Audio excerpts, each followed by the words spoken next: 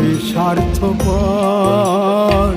বুকের মাঝে জায়গা দিলে যতন কইরা ভাঙ্গে রে অন্তর। মানুষ বড়ই স্বার্থপর রে, বড়ই স্বার্থপর। বুকের মাঝে জায়গা দিলে যতন কইরা ভাঙ্গে রে অন্তর।